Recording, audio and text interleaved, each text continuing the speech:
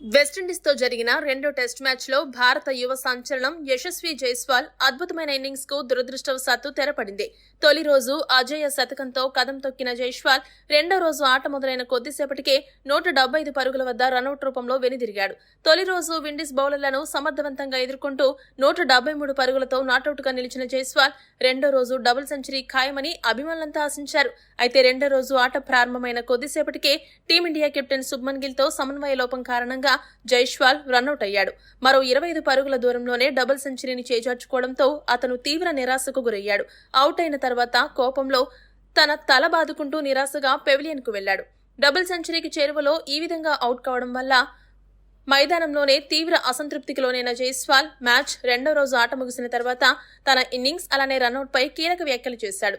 ఏ మ్యాచ్లో అయినా వీలైనంత ఎక్కువసేపు ఆడడానికి ఎల్లప్పుడూ ప్రయత్నిస్తాను. ఈ మ్యాచ్లో కూడా అదే చేశాను. ఆటను ఎలా ముందుకు తీసుకువెళ్లాలి, వీలైనంత ఎక్కువసేపు ఎలా ఆడాలి అని ఆలోచిస్తాను. 175 పరుగుల వద్ద అవుట్ కావడం, అది కూడా రన్అట్ రూపంలో కావడం అత్యంత నిరాశపరిచే అంశం. రన్అట్ అవడం అనేది ఆటలో భాగమని ఎప్పుడూ మర్చిపోకూడదు.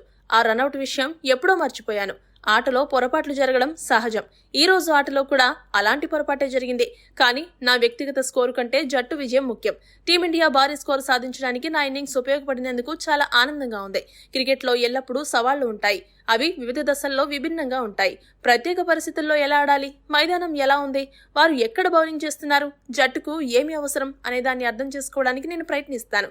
జట్టు కోసం నేనేమి సాధించగలను, నా లక్ష్యం ఏంటి, నా జట్టు లక్ష్యం ఏంటి అనే ఆలోచన ఎల్లప్పుడూ ఉంటుంది.